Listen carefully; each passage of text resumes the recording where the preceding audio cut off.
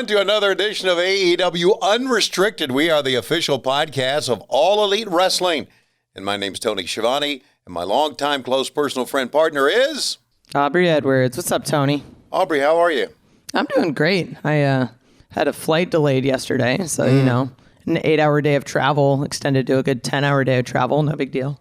Well, you know, it's going to happen. We're going to be on the road. We're on the road now each and every week, so get ready.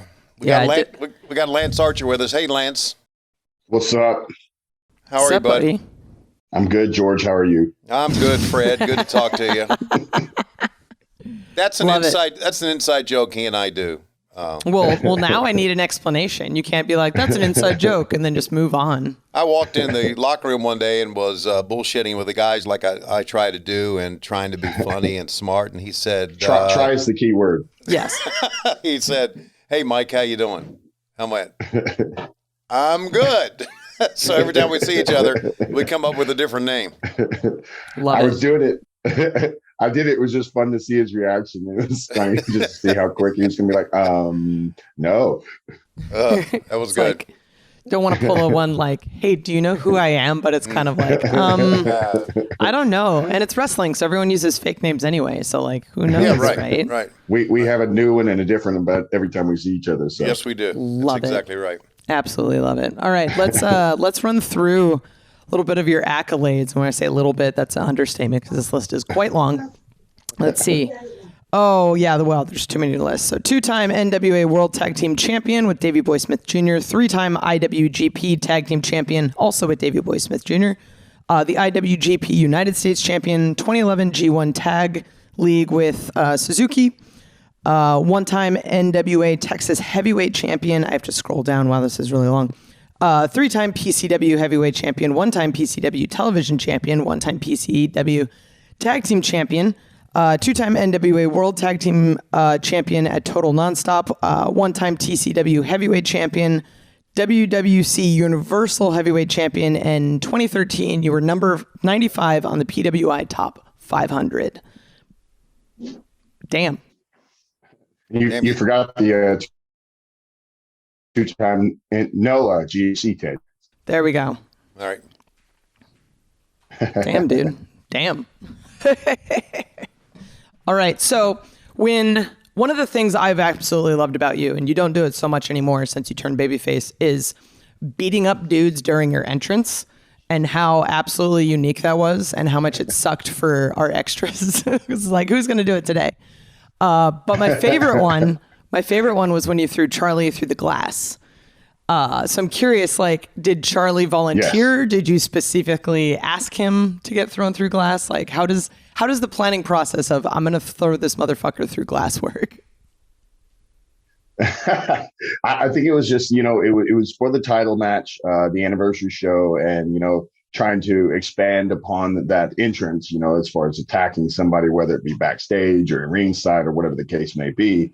I think it was kind of a joking moment. It was like, man, it'd be fun to throw somebody through glass. And Charlie's like, I'd go through glass. And I went, oh, really? You'll go through glass. So it kind of, it grew from there. And it was a really cool moment for me to be able to do, obviously just being in the title match on the anniversary show for All Elite Wrestling against Jon Moxley was cool enough in itself, but then to get a cool entrance, like having a plate glass window set up in front of the tunnel and being able to throw a human body through it while the logo was broadcast onto it was just a really cool moment. A lot of fun. I don't know if it was so much fun for Charlie there, but it was fun for me. And actually the whole thing didn't break. And so as I'm coming up to it, there's still glass and, I'm kind of tall, so it's right at my face level. And I just swatted it with my hand, which actually cut my hand wide open doing it. So, the glass is tempered and prepared and ready to be broken, but it's still glass. Yeah, I've been kind of involved in a minor way with some of your antics. We went to that old building one time, did that interview where you destroyed the commode. You remember that? And yeah, yes. And as you're destroying the first hit of the commode, boom, a piece of porcelain is coming right between my eyes, man. So I'm going, yikes. Okay, so I won't talk to Lance Archer anymore. I'll let somebody else like Alex Marvez do this. Because slightly dangerous when you're around me and I have to destroy things. Yeah, it really is. you walked in with Jake the Snake Roberts. That was the first time we saw you on Dynamite, and then you did those vignettes at Darby Allin's place. Talk about those vignettes. Those were really cool. Yeah, that kind of came out to break down that wall. That was a Cody idea, and he basically called me on a Friday and go, "Hey, can you be in Atlanta tomorrow?" And I went, "Yeah, what are we doing?" He goes, "We'll just get on a plane, show up, and we'll show you what we're doing." And I got picked up, and we showed up at Darby's, and they had the ring set up out in the field, and we had, they called people, and guys were driving 2, 3, 4 hours just to be part of it, and extras and whatnot.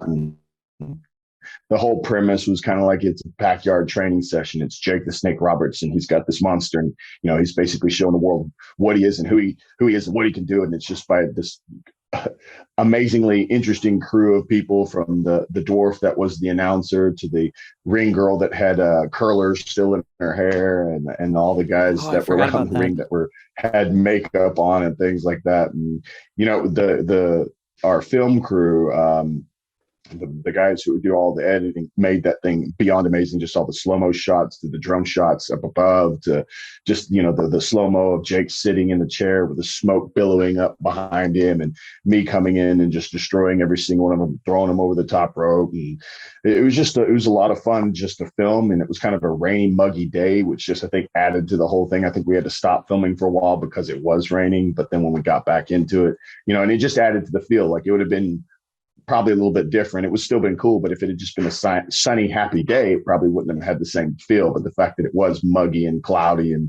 kind of funky that day made it just that much better. Love it. As Tony mentioned, and I mean, we all know, like, you work with Jake the Snake Roberts, which is pretty incredible, and having Jake around is wonderful backstage. But how was that originally pitched to you, working with Jake? Actually, since we're coming up on going back to Austin, Texas, I'd signed with the company and I hadn't debuted yet. And so there was ideas that were coming up and what was going to happen and this and that. And I actually drove down to Austin just because I wanted to obviously be around everybody, new guy in the company and things like that. And actually try to get a chance to talk to everybody and see kind of what the idea was moving forward. And there were a few names that were thrown out there as far as possible managers. And, I didn't even know that a manager was being considered for me. And then when Jake's name was brought up, I've known Jake for many years. I've seen him, unfortunately, in some of his worst times, but to see him as good as he is and has been this whole time is just awesome. But just knowing his style, his ability to deliver, I'd spent almost 9 years in Japan. And I've been in the wrestling world for 21 years coming up on July 5th. Wrestled in the United States and whatnot, but it'd been almost a decade since I'd been in the U.S. As far as a major wrestling scene had been concerned. And Jake the Snake Roberts is an icon of business, and he's the man. I mean, yeah. I loved chatting with him backstage. I know you do too. Yeah, and it's been quite a combination. We're talking with Lance Archer. Lance, we talked about Austin. We were in Austin, Texas, in December. How was that being back home? Just always being home is a fun, cool experience. I've got a lot of family and friends in the state and around the world. So being that we were the company was there December of 2019, or excuse me, I'm losing track of time with everything that's going on. Yeah, I guess it was December 2019. Yeah, December 2019 was. Yeah. December 2019 was Dallas, and that was when I first came around and started talking to people, and the whole idea of me even being a part of the company was there. And then they were February of 2020, before everything shut down, is when they came to Austin, and that's when I drove down there. Okay, very cool. Is it? Did you have an offer from New Japan at the time? I did. So what was? No, keep going.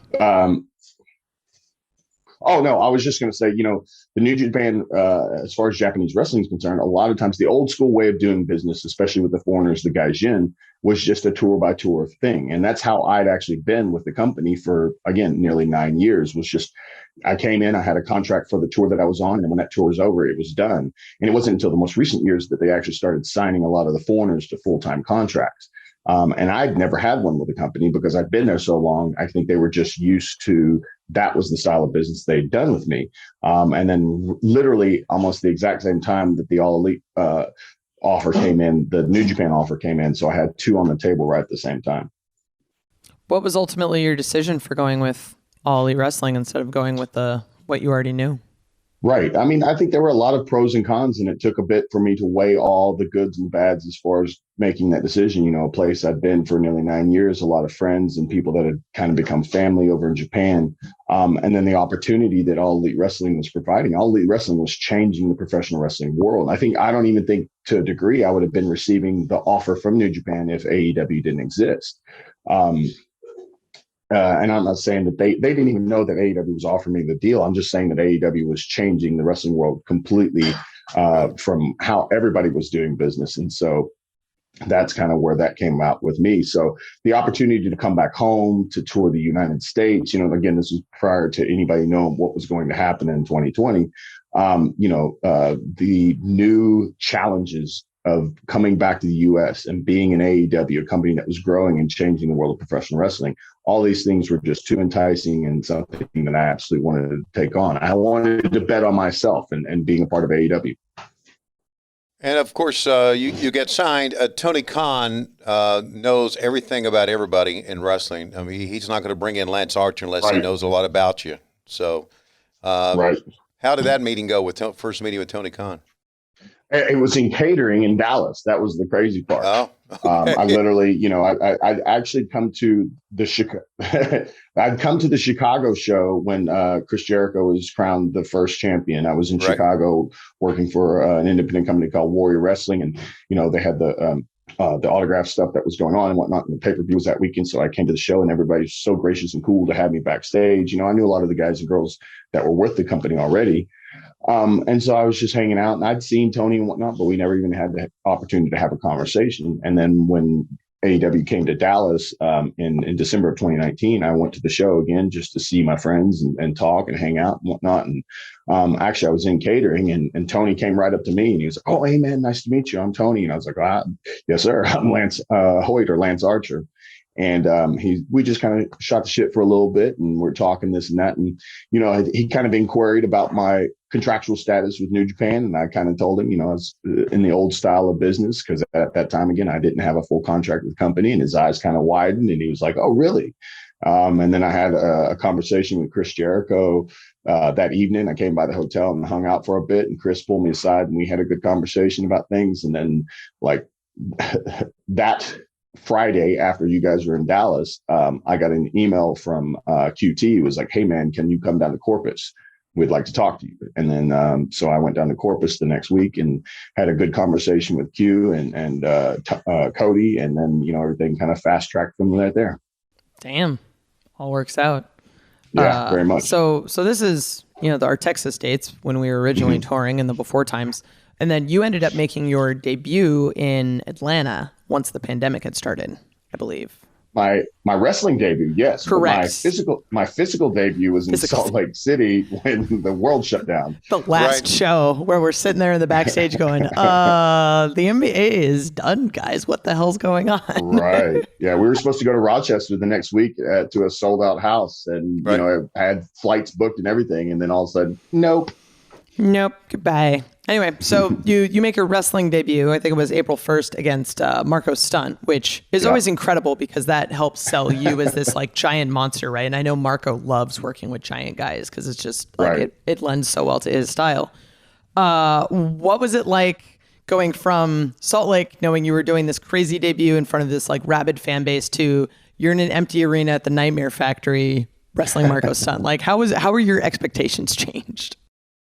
I mean, like everybody, we were just rolling punches. It was like, all right, what's happening? Because, professional wrestling was one of the only live sports, or really live anything, that continued on. And that night with Marco Stunt was live. I was debuting live in an empty arena. And thank goodness we had our guys and girls that were gracious enough to surround the ring and make some noise and yell and scream and boo and things of that nature, which, that made such a huge difference through this entire pandemic and everything we've been doing.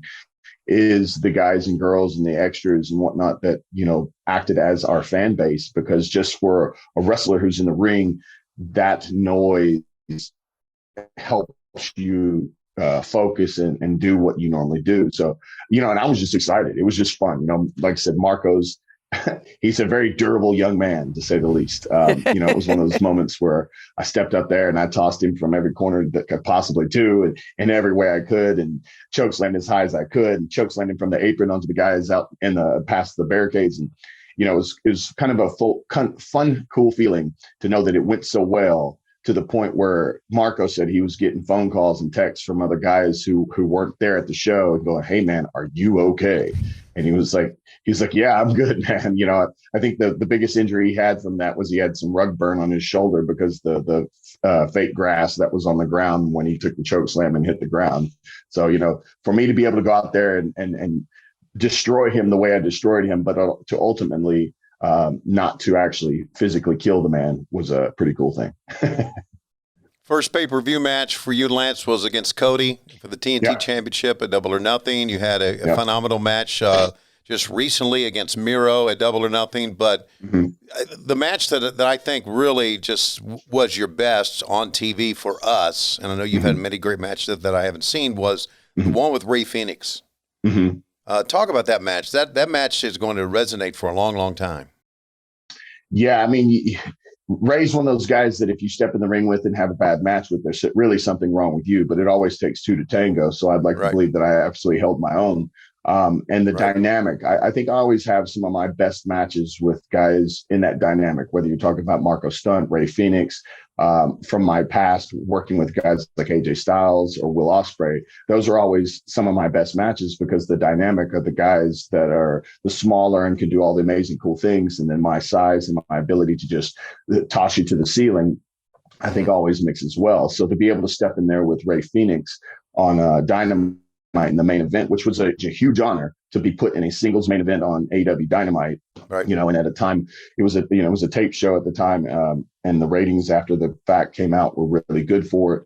And it was just fun. It was just a lot of fun from beginning to end to be able to go out there. And I think we had some time added to the match, which is kind of unheard of sometimes in our sport and our business, to have time added. A lot of times we have time. Yeah. A lot of times we have time taken away from us, but to go, "Hey man, you got a couple extra minutes," and just to keep going and rolling with it, and being two professionals and never missing a beat. I think it helped me. I think it helped me become, be seen in a different light by the fan base, by the wrestlers, by the office, by everybody that was a part of it. And, I take every opportunity, especially those moments and those opportunities, to try to prove myself time and time again. And to be able to do it with Rey was just a really cool moment. At the Brody Celebration of Life, one of the things that you had done was dress up in his old Luke Harper gear with the tank top and the jeans. And what was your decision for doing that? The whole show, beyond emotional, I think, for everybody involved because of the situation. There was a whole different Dynamite that was planned, but like 2 days prior to that. And then Tony decided, no, this was going to be a celebration of life for Brody Lee, and to be included in that and to be a part of a match with the Dark Order guys. I didn't plan on doing it until like 2 or 3 hours prior to the match actually happened. And a friend of mine messaged me and he said, "Hey man, you should dress in his old Brody Lee gear with the tank top and the bandanas and the jeans and stuff like that." And I was like, "Oh man, that's an amazing idea." So I basically kind of went down the line and said, "Is this something that's okay to do?" Absolutely. I ran over to a Walmart and bought everything that I needed for it. Sandra, who's one of our gear ladies, she used to help dirty up his tank tops back in the day. And she's like, do you want me to do that for you?" And I was like, "Yes, absolutely." And yanked it off and gave it to her. And she went and mucked it up to try to make it as look authentic as possible. And I think the cool part of that whole story is that I once I had all the costume on, I'd walk by Amanda probably 2 or 3 times, but she was so focused. I mean, trying to be strong, and she's been beyond strong in this whole situation, and seeing Brody Jr. and how happy he is just to be around everybody in the wrestling ring, old -1, and just makes everybody smile. I think he's probably gotten every single person through this the best way possible that anybody can even think of. But anyway, I walked by her a couple of times, but she never even paid attention to it. And then after the match, she came to me and she said she broke down in tears in a great way, because the first time that she realized what I was wearing and what I was doing was during the match. When I walked out in between the guys, they kind of separated and let me walk out by myself. And I was in the full costume. She's like, that was the first time I realized you were in it. And I told her, I was like, I walked by you a couple of times. You never paid attention. She was like, I just had my head down. I was just trying to stay focused and strong. And she said it was an amazing thing. So that moment, her telling me that it was special to her to see it when I walked out there, made the whole moment worth it, just to make her know that I made her happy, made her proud. And it's just, it brought me to tears. So great stuff, Lance. We're talking to the Murderhawk. I'm sorry, go ahead. I was just saying, don't tell anybody that the Murderhawk monster cried. We wouldn't dare. Secret safe with us, brother. Yeah, believe you me. But we are talking to the Murderhawk monster, who actually, as we mentioned, made his debut in Japan and made more his fair share of young fans cry. And those stories are coming up as we continue on AEW Unrestricted.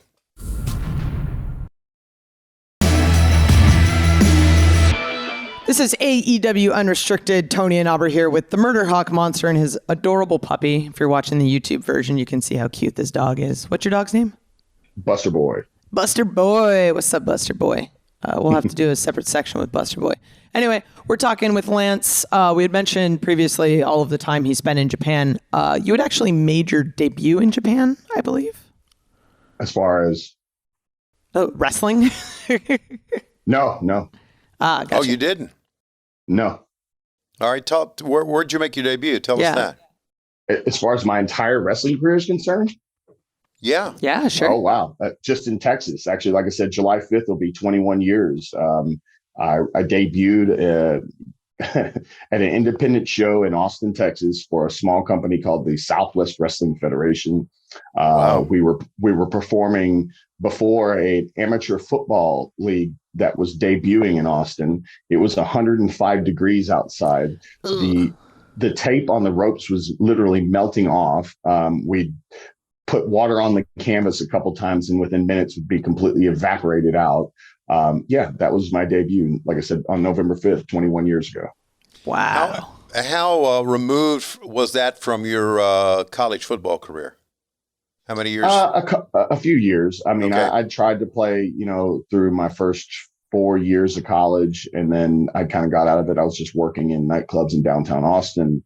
The guy who owned the club knew a guy that had started a wrestling school in Austin, in North Austin. And I just started going there about once or twice a week. It was probably about a good 45-hour drive, because I lived in a small town where I was going to school called San Marcos, Texas, home of Texas State University.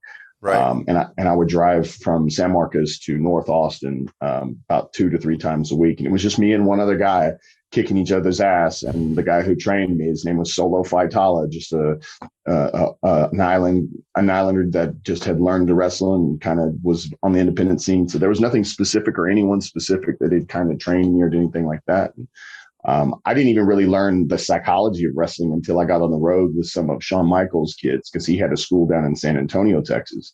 And we started traveling the road together, and they'd be like, well, what are you going to do in your match? And I'd be like, I'm going to kick, punch, and hit some moves. And they'd be like, yeah, that doesn't make any sense. What's the psychology behind your match? And I'm like, what the heck are you talking about? We're not in school anymore. I don't need any psychology lessons.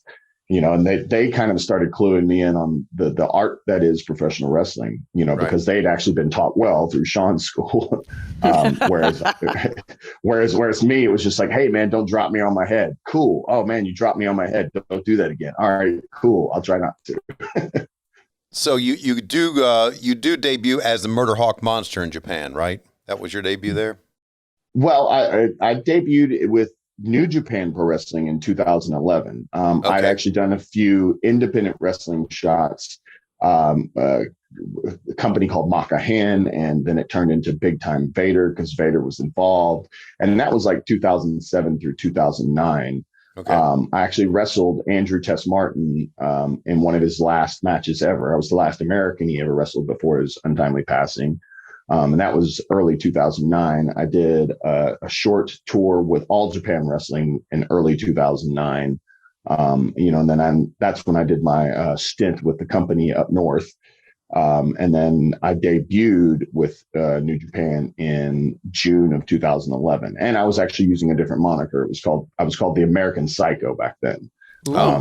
Yeah, and I didn't debut the Murderhawk Monster until July of 2019, when I started. New Japan Pro Wrestling did their big event, the G1 Climax in Dallas, Texas, at the American Airlines Center, and I wrestled Will Ospreay in the very first G1 match to ever occur off of Japanese soil. And then I changed my look, I changed my kind of the mentality, the way I approached the ring, everything about it. And the name kind of was dawned off the hairstyle and everything, because it was kind of a mohawk and it was a little bit different than it is now. And I just called it the Murderhawk, and then I just became the Murderhawk Monster. I want to know, are you an expert braider? Am I an expert? No. I have an amazing girl here in Dallas that she takes care of me. In fact, I'll be going to see her on Monday to get it redone. Yeah, that's awesome. I noticed also that you've like changed the color of your braid from time to time. I think currently it's black. When you first debuted with us, it was kind of red. You experimented with a little green here and there. What's your philosophy for how your hair changes with your character? Yeah, I mean, I've had a lot of red in my gear, and so I've just kind of kept that to match it. You know, when I had my match with Moxley, I actually bleached out my real hair and put more blonde in it, and the blonde and red. When I was doing the green, it's because I got some new gear that was green, so I kind of wanted to match that. Right now, currently with the black, it's just, you know, after the loss to Miro at the pay-per-view, I wanted the mentality to completely change and be a little more straightforward, a little more dark, a little more ready just to kick some ass and get the hell out of there. You know, I'm not playing around. I'm just going in, I'm doing my job, and I'm leaving. I'm not there to showboat. I'm not there to glad hand. I'm just there to kick your ass, put your teeth through your face, and then leave. I absolutely love that. It's anytime I go to like raise your hand, you're already just peacing out. I'm like, oh God, he's done. Bye, Lance. I actually got one of our crew guys came to me the other day and said, "Hey man, is anybody from production talk to you?" And I'm like, "Oh, what do I do now?" And they're like, "Oh, well, you know, like when you're leaving so fast, they don't know whether you're going to get an outshot or what, and they're scrambling to get a camera somewhere to follow you." And I'm like, "Nope, they can try to follow me if they want, but I'm out of there." The braids, for some reason, Lance, you and I have been on the same flight out of Jacksonville for quite a while. The braids are really a hit at the airport. I can tell you that they are. I'll tell you, when they're not in, it's hilarious. Like sometimes I forget, because again, I was in Japan for so long. In Japan, obviously, there was a name people recognize me and things like that in Japan because of New Japan Pro Wrestling. But in the States, because I've been gone for so long, I kind of, other than just being a big dude and people going, "Well, who are you and what do you do?" I kind of lived in obscurity. And I didn't realize the outreach that AEW had as far as the wrestling fan base is concerned and everything until I was with the company and debuting and on TV consistently. Because when the braid is in, I constantly, especially because we've been wearing masks for so long, you know, people can't really see your face. The braid is so recognizable sometimes that people will just see it and they'll go, "Hey, wait a second, are you?" And then, you know, we'll have that conversation and whatnot. But if I don't have the braid in, I mean, I've had interactions with people wearing AEW masks, AEW t-shirts, not have the braid in, and then people not realizing who they're talking to until after the fact. Oh my God. God. And it's just because I didn't have the braid in. We touched on this a little bit before the break, but you legit made kids cry during your entrance in Japan. Oh yeah. Oh yeah. What did you do to make children cry? Like, I'm legit curious. I just tried to scare the absolute shit out of them, is what I did. I think that's the fun thing about the Japanese culture. So a little backstory. They have a kind of folklore. It's called Namahage. And Namahage basically is like it's a demon or a spirit that comes and it scares children. And the parents and the families want Namahage children so that then they realize that they can be scared and they're going to be okay. And then it helps them to grow into stronger adults. So I kind of but from the Japanese people, they were kind of calling me the Namahage because I was scaring these kids. And if you've seen any of the videos or the pictures, the kids are absolutely terrified. They're crying, bawling, screaming, and yelling because they're thinking they're going to die at that moment. And their dad or whoever is holding them has the biggest smile on their face or is laughing uncontrollably because they absolutely love the moment that happens. I mean, the guys like Stan Hansen, who used to come through the crowd and legitimately hit people with a cowbell. That's very tame in comparison. So, but yeah, the families and the fathers, you'll see pictures that I posted or videos I posted, and they love it. But the kid obviously is scared to death, which I love.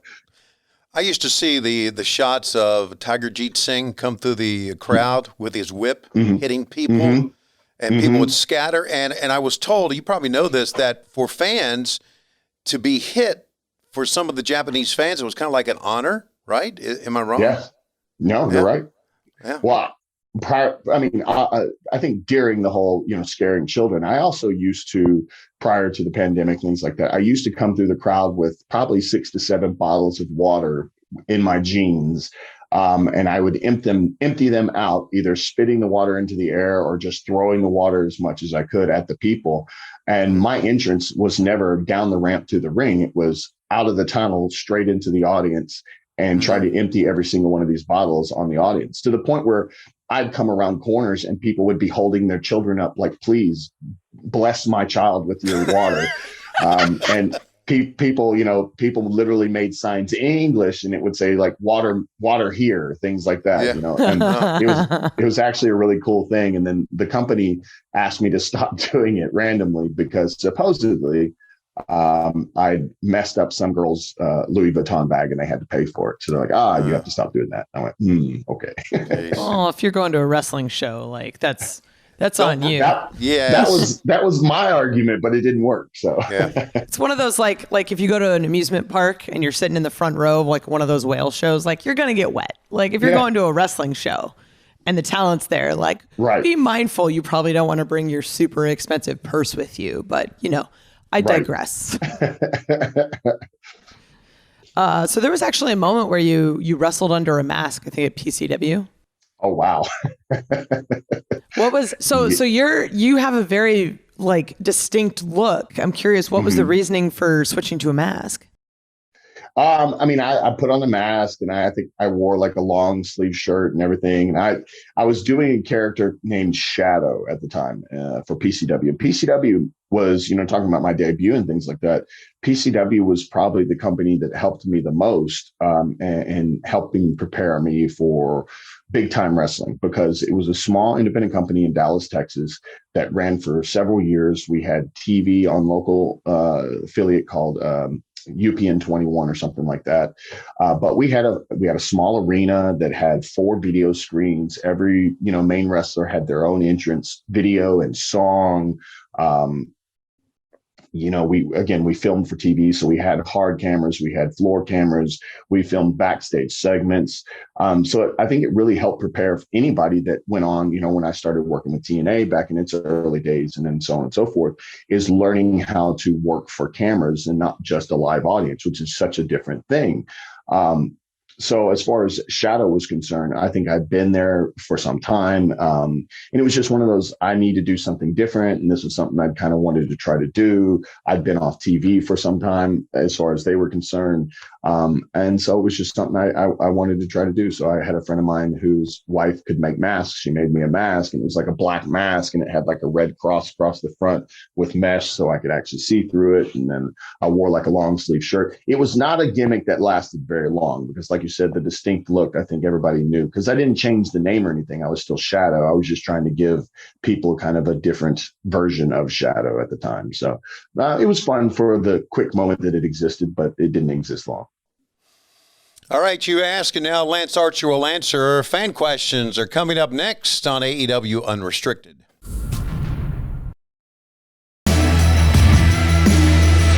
You're listening to AEW Unrestricted, official podcast of All Elite Wrestling. We've got Aubrey and Tony here bringing your fan questions to Lance. There's some really good ones here. I'm legit a couple that I have myself. So good job in our fan base for covering my tracks. First one we have from Leanne Wakeland on Twitter. If you could build your own faction, who would you have in it? You can choose any wrestler from any promotion that you've worked in. Oh, that's an interesting one for sure. One I've actually been thinking about recently, and I think it would be a fun fit, is a couple of our guys, Bear Country. I think it'd be I think it'd be a fun, interesting. You have Bear Country, you have the Murderhawk Monster, and Jake the Snake Roberts. Talk about the Animal Kingdom, the Monster Militia, whatever you want to call us. A large group of just beastly dudes going out there and whooping some ass. I think it'd be kind of a fun faction for those guys. And then, I mean, you could throw in like somebody like Abaddon to kind of crawl in underneath us as we're standing on the stage and things like that. I mean, I think the visual of that just by itself would be a fun thing for the All Elite Wrestling fan base. So, that's one I've kind of thought about and pitched around. I actually joked about it recently on Twitter because Ethan Page, the way he took advantage of Baby Bear Bronson was to kind of give him a low blow and then stack him up and give him the ego's edge there. And he kind of did the same thing to me at the Revolution pay-per-view. I think that's the only way he can get us big dudes up is to low blow us and to carry us out for his finish there. So since he did that, I told Big Bear, I was like, hey, man, until Big Bear comes back, if you need a partner, hit me up and we'll go take out those men of the hour, men of the day? Men of the year. Men of the year. Oh, okay. They expanded upon it. So, I don't know. I'll call them the men of the hour because once we're done with them, that hour's out. Boom. There you go. This next question comes from Iana. I guess that's how you pronounce it. Liana on Twitter. Mm-hmm. As a fellow small town Texan, mm-hmm. what's it like for you to hear your hometown of Hearn mentioned during your entrance? That's a good question too. I think it's really special because I've been mentioned from Dallas, Texas, a lot of my time in the business, whether it was TNA, WWE, or Japan. It was always Dallas, Texas. And then when we were talking about it as far as where do you want to be billed from at AEW, I was like, I'd really like it to be Hearn, Texas, because it's something that you're not going to hear very often. You'll hear Dallas, Texas all the time from different wrestlers, and it's kind of just a general area of where you're at. But Hearn, Texas is very specific. And for anybody that's asking, Hearn, Texas is a small town. I think about 5,000 people total. It's near Bryan College Station, Texas, which is the home of the Texas A&M Aggies. So right. It's about 20 minutes from there. Again, very small town. It's kind of called the crossroads of Texas because the two major railways cross through Hearn, Texas. And so, I mean, that's our claim to fame. Myself, John Randall, who's a Hall of Famer in the NFL from the Minnesota Vikings. We're the two biggest names to kind of come out of Hearn, Texas. Biggest names, quite literally and figuratively. We got a question from Wade Odinson on Twitter. You've been very open about your faith, but there's no mm-hmm. aspects of it in your character. Was it an active mm-hmm. choice to keep the wall between these pieces of yourself?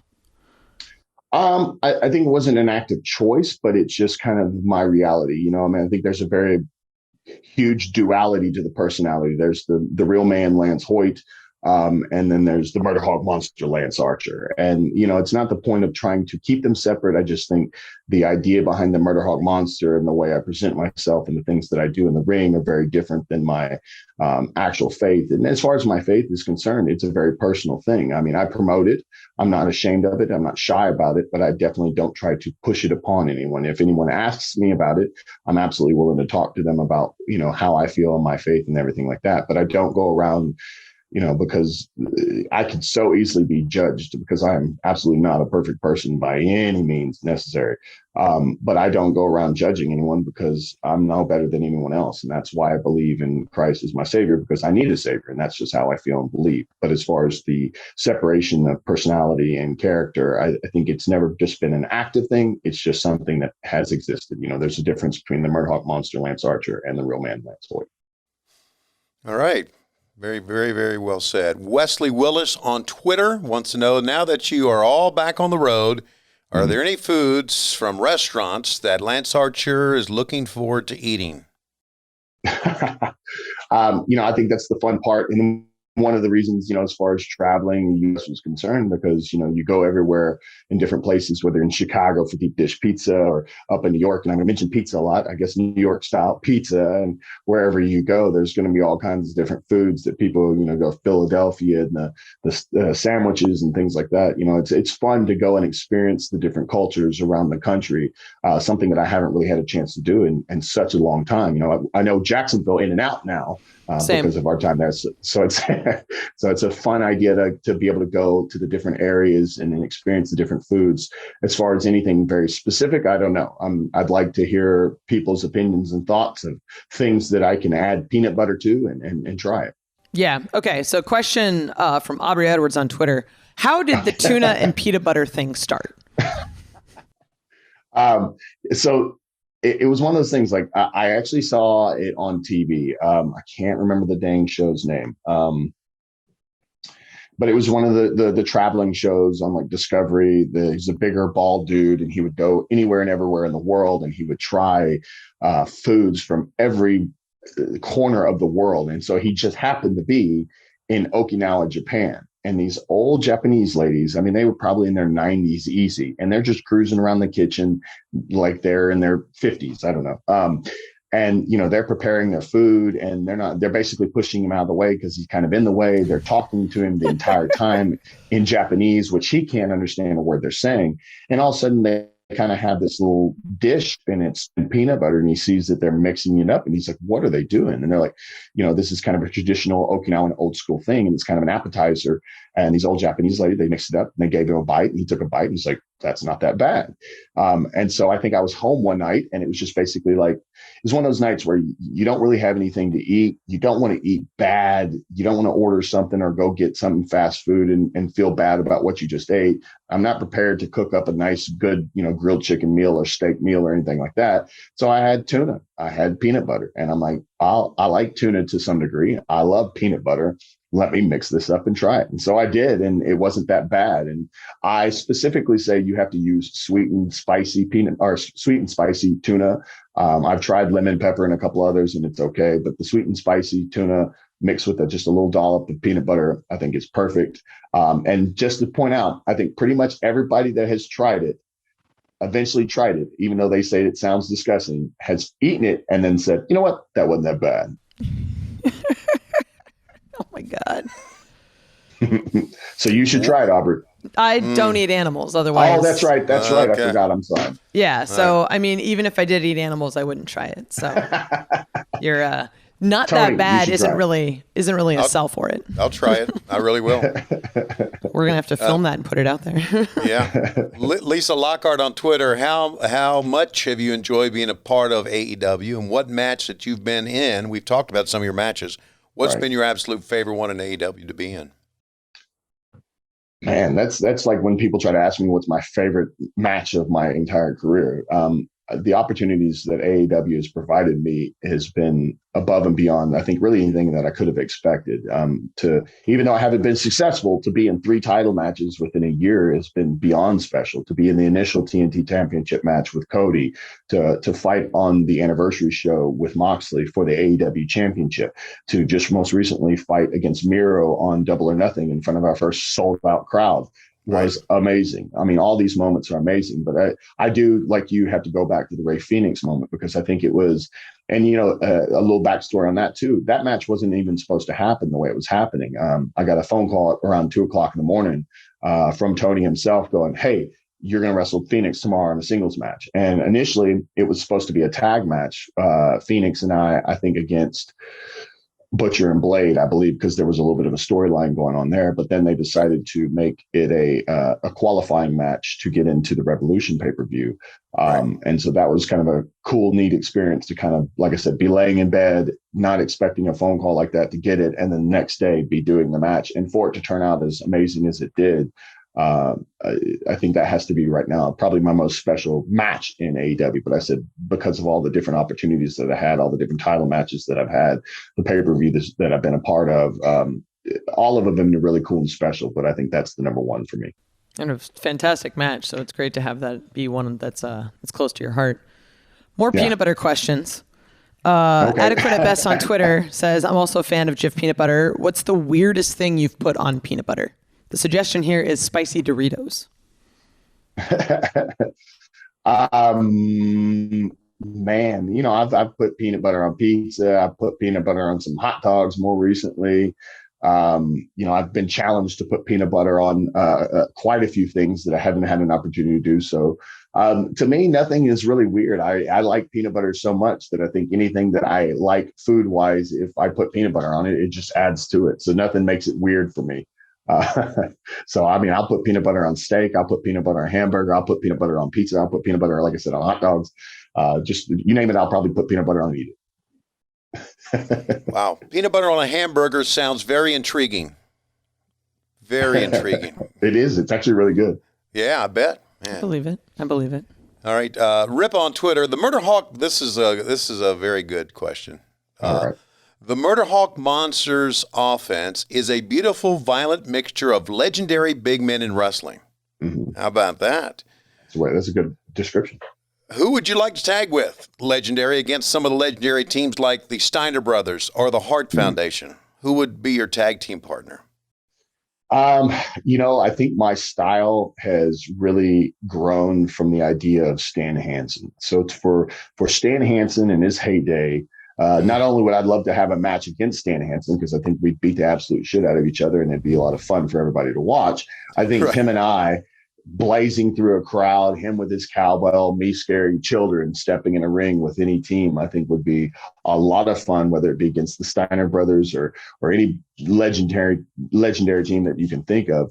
I think it'd be fun for old Stan Hansen in his heyday and the Murderhawk Monster to step in the ring and fight the Young Bucks of today. I think that'd be such a cool match. Ooh, that'd be great. I agree. Have you met Stan?